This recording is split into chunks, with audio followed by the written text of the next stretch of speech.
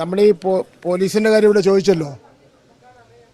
എന്തെങ്കിലും ഈ കഴിഞ്ഞ ഓണാഘോഷം ആരംഭിച്ച മുതൽ 1000-1500ഓളം വരുന്ന പോലീസുകാർ, വനിതകളും പുരുഷന്മാരും,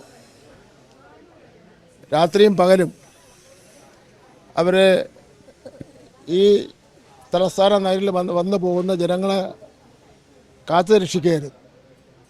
അവർക്ക് രാത്രിയിലായിരുന്നു പകലിലായിരുന്നു ഓണമില്ലായിരുന്നു. അത് നമ്മൾ കാണേണ്ടതായിട്ടുണ്ട്. പിന്നെ അവരുടെ മേക്കത്തിട്ട് കയറിയാൽ അവർ മനുഷ്യരാണല്ലോ, അവരുടെ ഭാഗത്തൊരു പ്രശ്നം ഉണ്ടാകും. ഇപ്പോൾ ചെറിയ ചെറിയ സംഭവങ്ങൾ തെരഞ്ഞെടുപ്പ് അടുത്തപ്പോൾ ചില മാധ്യമങ്ങൾ ഉയർത്തിക്കൊണ്ട് വരുന്നുണ്ട്.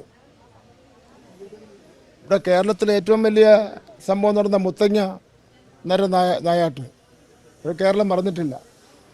ശിവഗിരിയിൽ നടന്നിട്ടുള്ള സംഭവ വികാസങ്ങൾ, ഇന്ത്യയിൽ തന്നെ നടന്നിട്ടുള്ള ഏറ്റവും വലിയ പോലീസ് അതിക്രമമാണ് അടിയന്തരാവസ്ഥ കാലഘട്ടത്തിൽ നടന്നിട്ടുള്ളത്. അടിയന്തരാവസ്ഥ കാലഘട്ടത്തിൽ നിരവധി ആൾക്കാർ മരിച്ചിട്ടുണ്ട്. എത്ര പേര് മരിച്ചെന്ന് ഷാ കമ്മീഷൻ തെളിവെടുപ്പ് നടത്തിയിട്ട് പോലും കിട്ടിയിട്ടില്ല. എന്ന് മാത്രമല്ല, രാജനെ എഞ്ചിനീയറിംഗ് കോളേജിലെ വിദ്യാർത്ഥി രാജനെ ഇതുവരെയും കിട്ടിയിട്ടില്ല, മൃതദേഹം പോലും കിട്ടിയിട്ടില്ല. അങ്ങനെ കേരളത്തിൽ ഏറ്റവും വലിയ പോലീസ് നിറനായിട്ട് നടന്നതിന് വേണ്ടി നേതൃത്വം കൊടുത്ത UDF-ഉം കോൺഗ്രസുമാണ് ഇന്നിപ്പോൾ ചെറിയ സംഭവങ്ങൾ ഉയർത്തിപ്പിടിച്ചു കൊണ്ടുവന്ന് LDF-നുണ്ടായിക്കൊണ്ടിരിക്കുന്ന ജനസ്വാധീനം ശ്രദ്ധ തിരിച്ചുവിടുന്നതിന് വേണ്ടിയുള്ള പരിശ്രമം നടത്തുന്നത്. അതുകൊണ്ടൊന്നും LDF ഭയപ്പെടുന്ന പ്രശ്നമേ ഇല്ല. ഞങ്ങൾ ഈ കാലഘട്ടത്തിൽ ഏതെങ്കിലും പോലീസുകാർ തെറ്റായ രീതിയിൽ ആരോടെങ്കിലും പെരുമാറിയിട്ടുണ്ടെങ്കിൽ അവർക്കെതിരായിട്ട് കർശനമായ നടപടി എടുക്കുമെന്നുള്ള കാര്യത്തിൽ തർക്കമില്ല. അതുകൊണ്ട് ഇത് മൊത്തം പർവ്വതീകരിച്ച് കൊണ്ടുവരേണ്ട ഒരു കാര്യവുമില്ല. അതിലൊന്നും LDF വിരളുന്ന പ്രശ്നമില്ല, ഞങ്ങൾ പേടിക്കുന്ന പ്രശ്നമില്ല. അല്ല, അതാണ് പറയുന്നത്. ഞാൻ നേരത്തെ പറഞ്ഞല്ലോ, മുത്തങ്ങയിൽ നടന്ന പോലുള്ള സംഭവം ഉണ്ടായിട്ടുണ്ടോ കേരളത്തിൽ? അങ്ങനെ വല്ല സംഭവം ഇപ്പോൾ നടക്കുന്നുണ്ടാകും.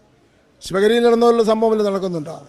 അടിയന്തരാവസ്ഥ കാലഘട്ടത്തിൽ നടന്ന പോലെ സംഭവങ്ങൾ വല്ല നടത്തിയിട്ടുണ്ടാകും. ഇവിടെ ഏതെങ്കിലും പോലീസ് സ്റ്റേഷനിൽ പോലീസുകാർക്ക് പണി കിട്ടുന്നുണ്ട്. അപ്പോൾ അതെല്ലാം ചെറിയ സംഭവവികാസങ്ങളാണ്.